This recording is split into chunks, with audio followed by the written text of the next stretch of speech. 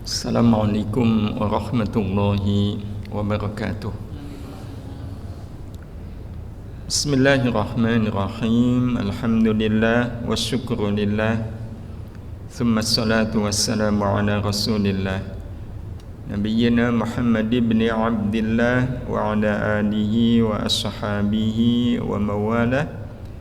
La hawla wa la quwwata illa billah, amma ba'd.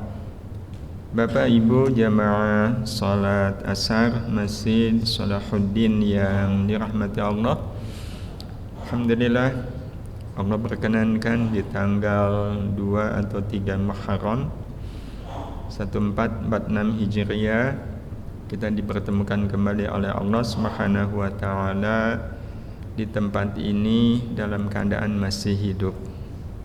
Betul Bapak Ibu?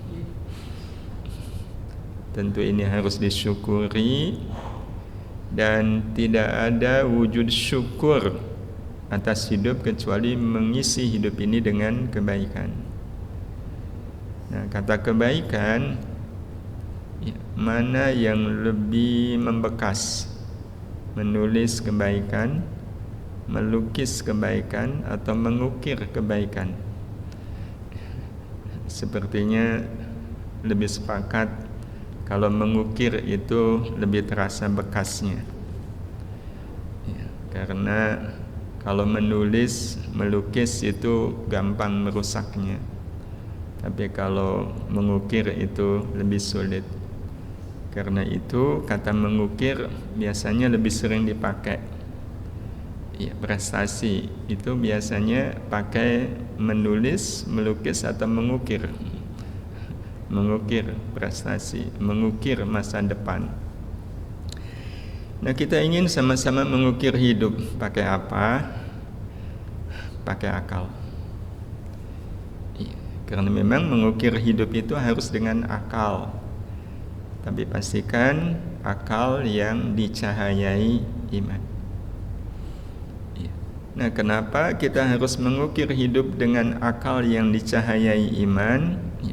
Pertama, kita kalau melihat diri kita, melihat hidup kita, itu seperti sebuah papan polos. Yang kalau kita beli papan masih polos begini, harganya terjangkau atau tidak terjangkau? Masih terjangkau. Tapi kalau sudah jadi ukiran begini, harganya bisa puluhan kali lipat, bahkan ratusan kali lipat ya.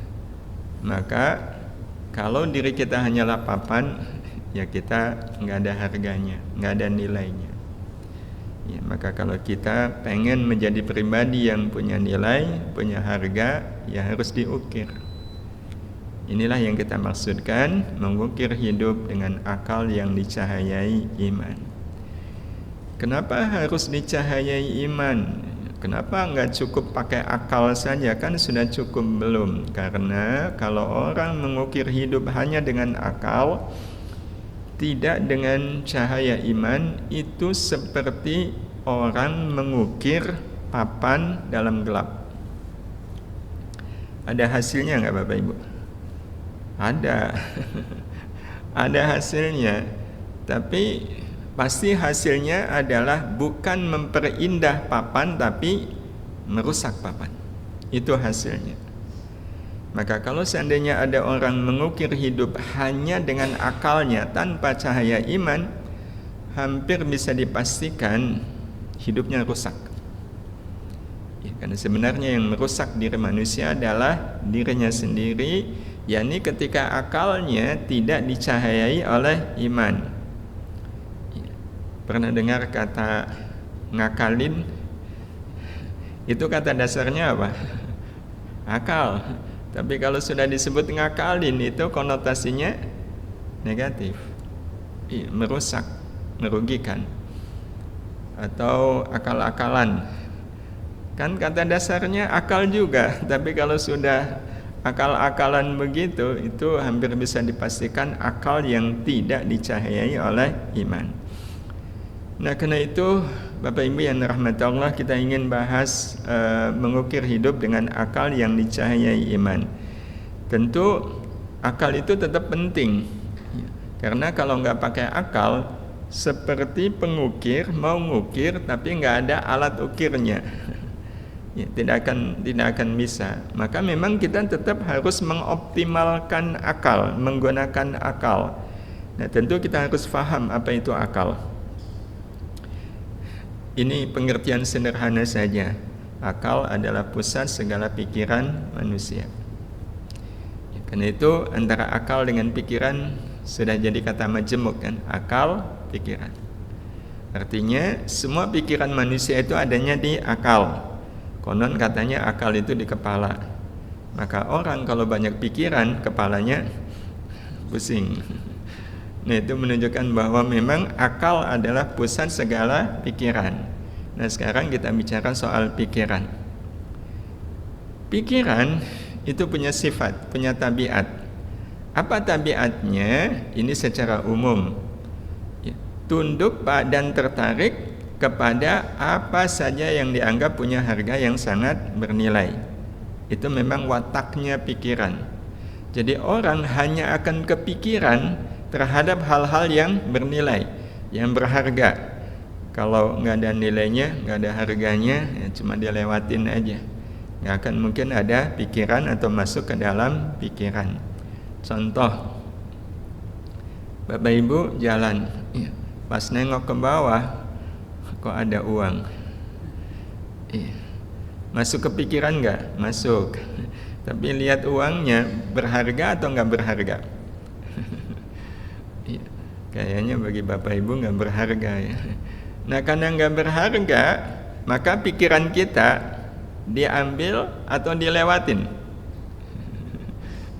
Kayaknya dilewatin ya. Kenapa dilewatin? Ongkos membungkuknya lebih mahal dari yang diambil. Tapi kalau yang tergeletak uang segini, mungkinkah cuma dilewatin? Enggak. Yang ada di pikiran kita apa? Wih, gede. Ya, bisa jadi orang akan berhenti dan kayaknya ya, orang akan berhenti untuk ngambil. Iya. Nah, cuma ngambilnya untuk apa? Nah, itu tergantung cara ngambilnya. Kalau sebelum ngambil tengok dulu, sepi ini, nah itu berarti ada sesuatu. Tapi kalau langsung diambil, ini yang punya pasti kehilangan. Saya harus amankan, saya umumkan, mudah-mudahan uang ini bisa kembali kepada yang punya. Hadirin hadirah yang dirahmati Allah, itu sifatnya pikiran. Ya, sama persis lah seandainya Bapak Ibu butuh mesin cuci, ya, harus beli nih. Ya, sudah tahu mesin cucinya apa, speknya apa, kan nyari tokonya. Pas searching ternyata toko yang jual banyak. Dan ketika toko yang jual banyak, maka yang kepikir setelah itu apa?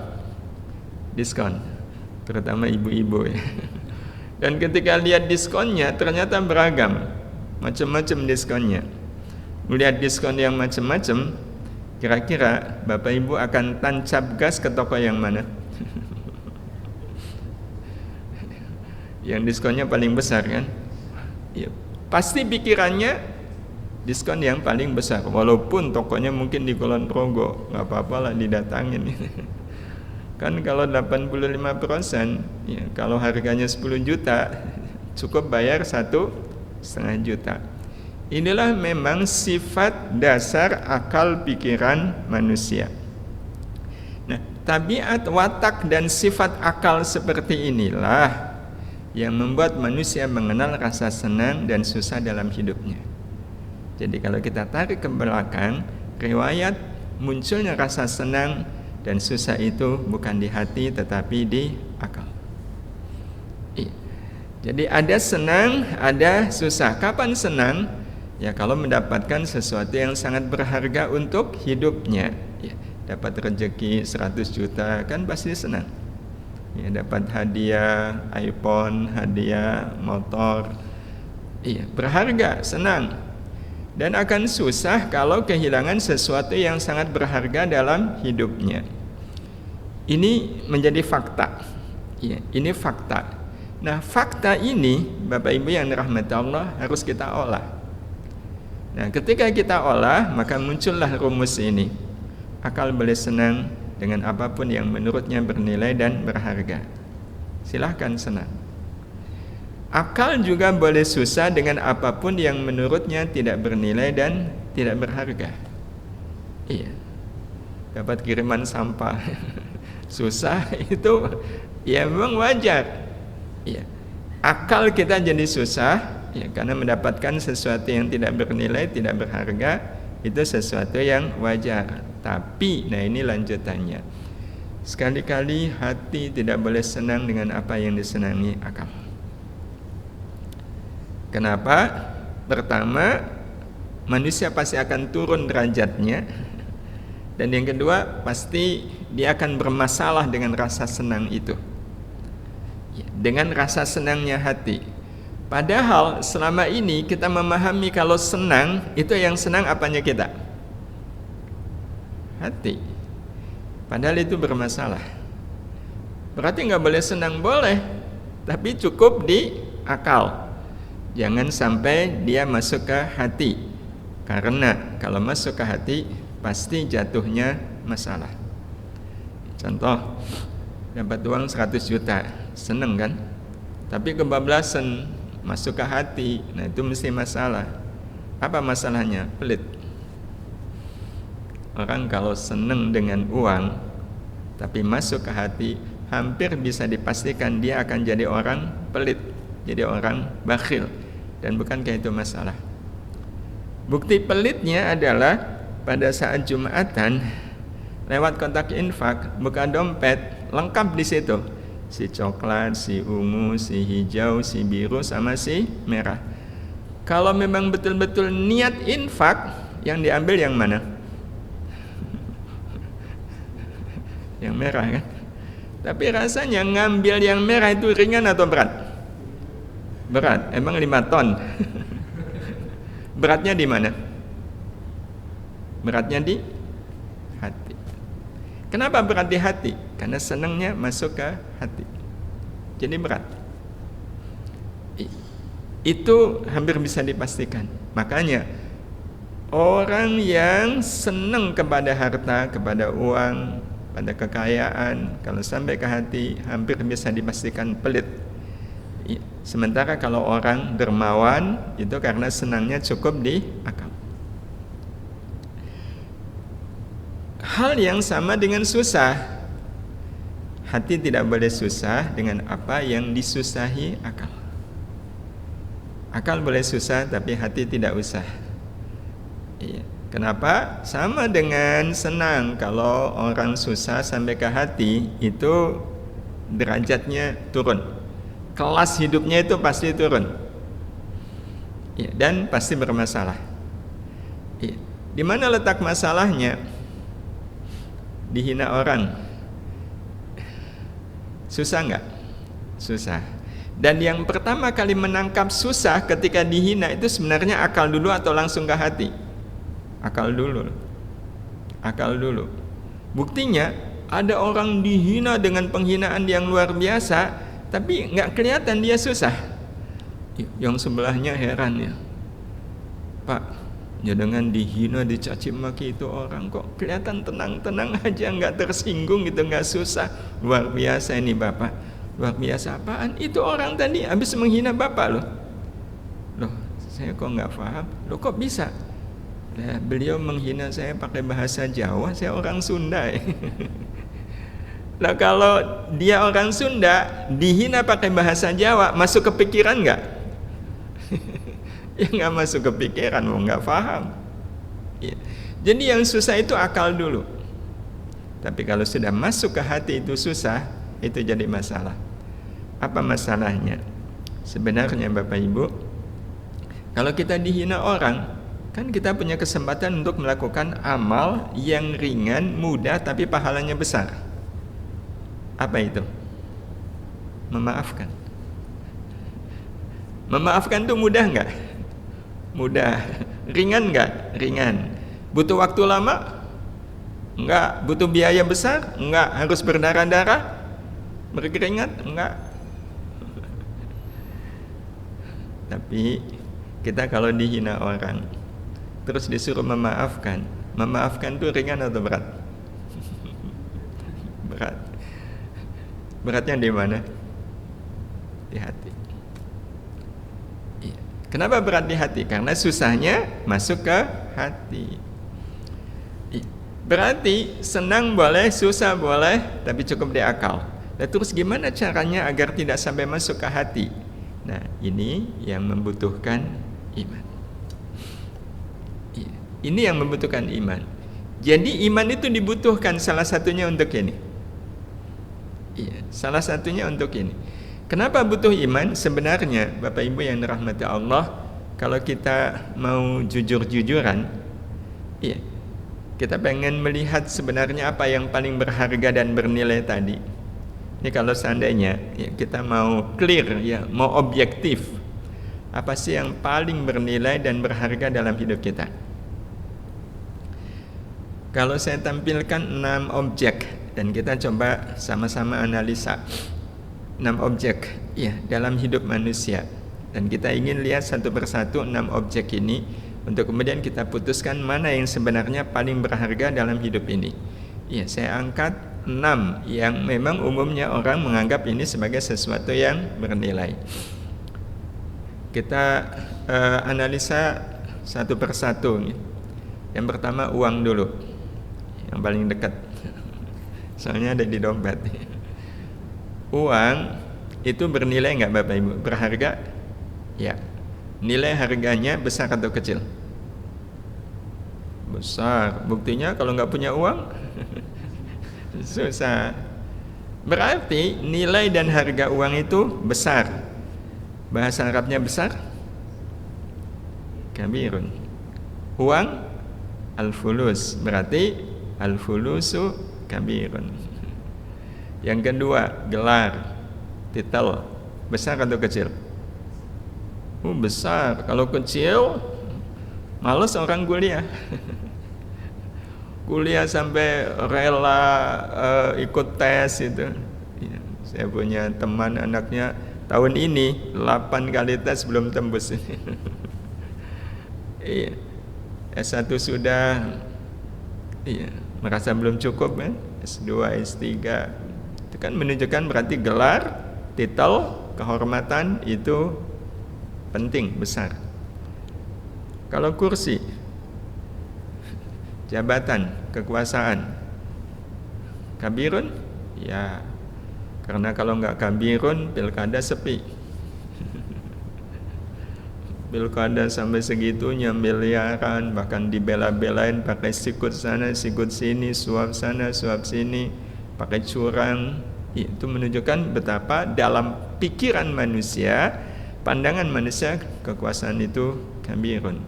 Kekayaan, nggak usah dibahas lama-lama. Kabirun. Pangkat, kalau cuma kapten kan tanggung paling jadi, kalau kapten paling maksimal jadi apa? Dan Ramil kayaknya mentok itu. Aduh, saya pengen dandim ini, ya udah harus let call kan. Pengen naik, ya udah brigjen, maijen, legend sampai jenderal penuh. Pangkat dianggap kabirun. Tinggal satu ini, Allah. Kalau Allah sebutannya bukan kabirun tetapi akbar. Kalau ini udah melekat nih. Allahu akbar. Kan nggak ada orang sholat Allahu kabir, batal sholatnya. Apa arti akbar? Lebih besar, paling besar, maha besar. Dan dari fakta ini, Bapak Ibu yang dirahmati Allah Subhanahu wa taala, berarti kita merasakan bahwa hal-hal yang dianggap besar ternyata ada yang paling besar. Siapa itu? Allah. Nah, untuk merasakan bahwa Allah itu akbar butuh apa? Butuh iman. Hanya dengan iman kita akan merasakan yang akbar itu cuma Allah. Sementara yang lain, ya, uang itu kabirun, itu menurut siapa? Akal. Jadi akal tetap memandang uang itu besar. Tapi kalau sudah dengan iman, sebesar apapun uang tidak akan bisa mengalahkan akbarnya Allah. Nah, karena itu antara iman dengan akbarnya Allah itu menyatu. Itu menyatu. Bukti menyatunya kita bisa lihat fakta. Iya. Siapapun yang sudah merasakan akbarnya Allah, maka ia akan memiliki semua sifat dan ciri yang dimiliki oleh orang yang betul-betul beriman. Jadi untuk betul-betul menjadi orang yang beriman itu butuh merasakan akbarnya Allah.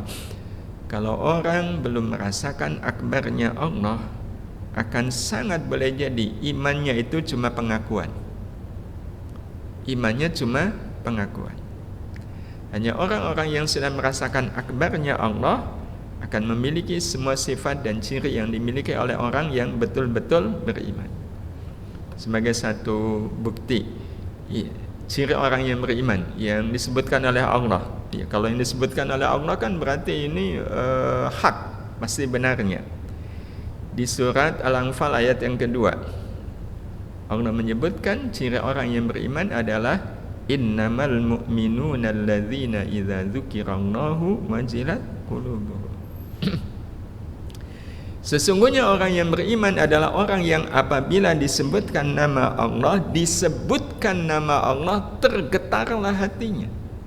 Kenapa tergetar hatinya? Karena dia merasakan akbarnya Allah.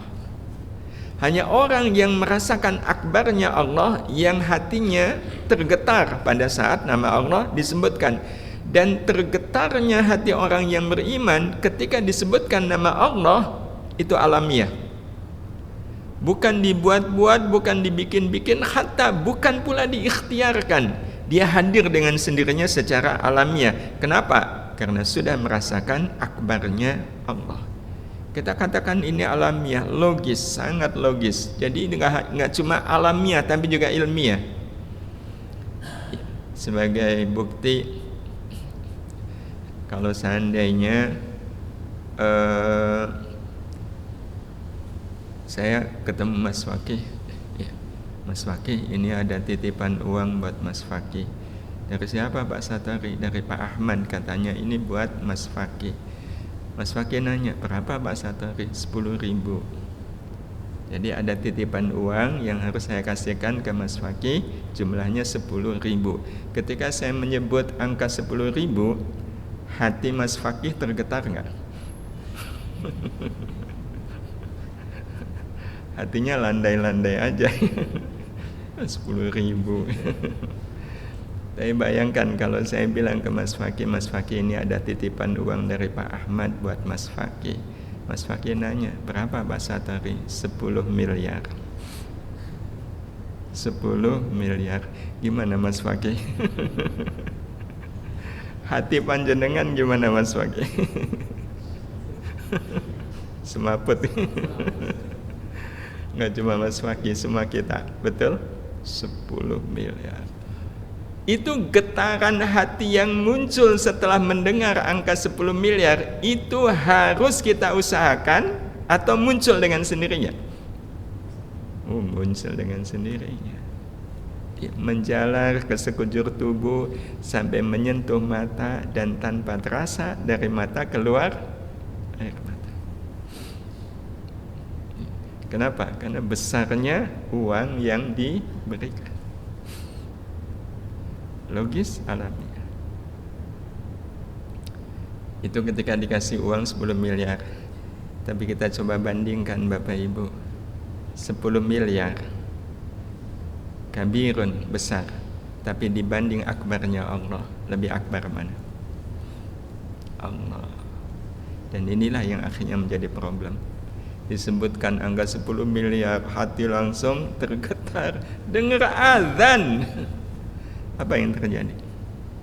Padahal bunyi azannya saja sudah nyata, itu enggak cuma sekedar Allah, tapi ada akbarnya. Tapi yang ngobrol asik ngobrol, yang nonton TV asik nonton TV. Berarti yang akbar TV atau Allah?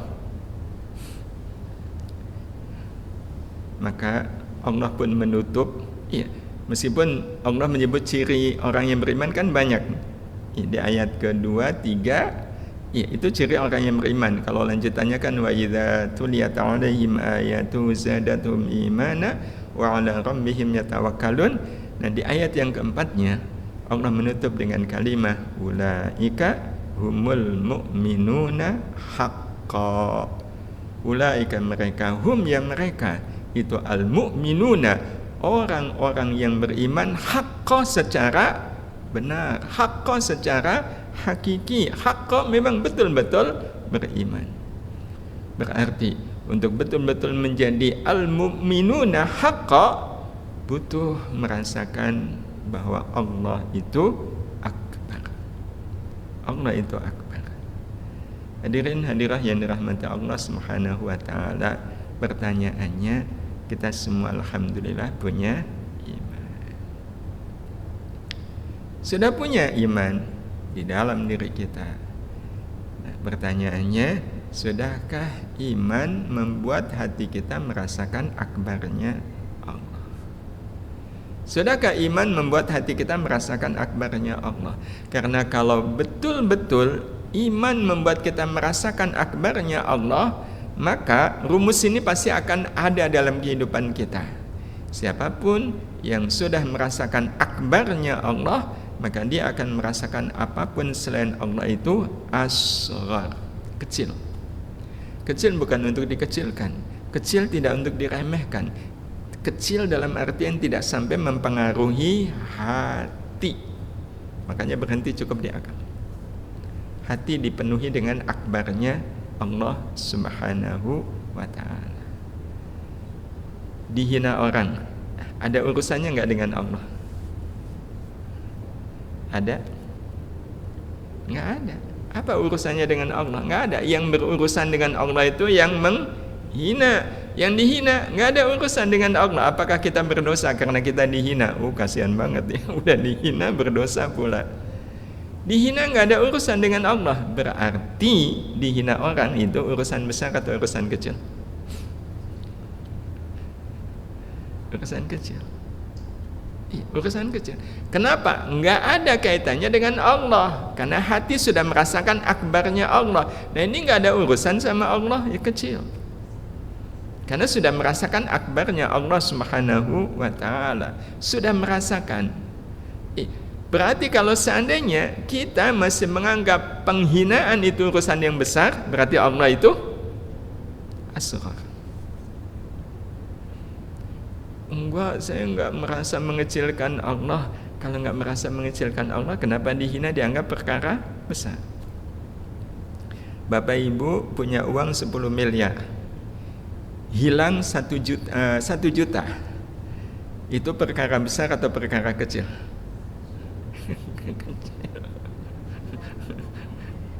1 juta itu rasanya kecil, bukan urusan besar. Cuma masalahnya punya uang 10 juta 50 ribu. Hilang 1 juta itu masalah besar atau kecil?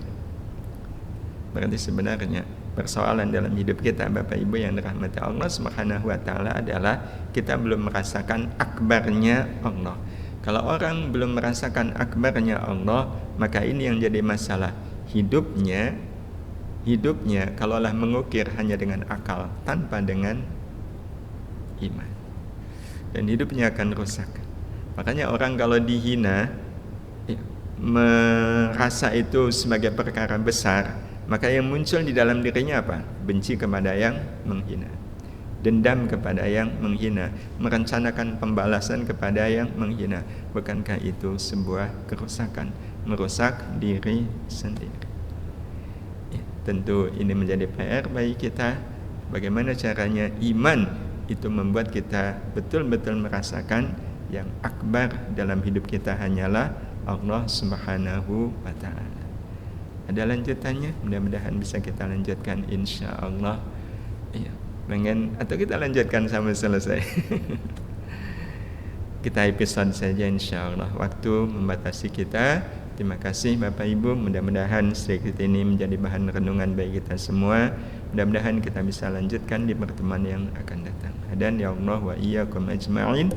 Kita akhiri subhanakallahumma bihamdika asyhadu an la ilaha illa anta astaghfiruka wa atubu ilaik. Assalamualaikum warahmatullahi wabarakatuh.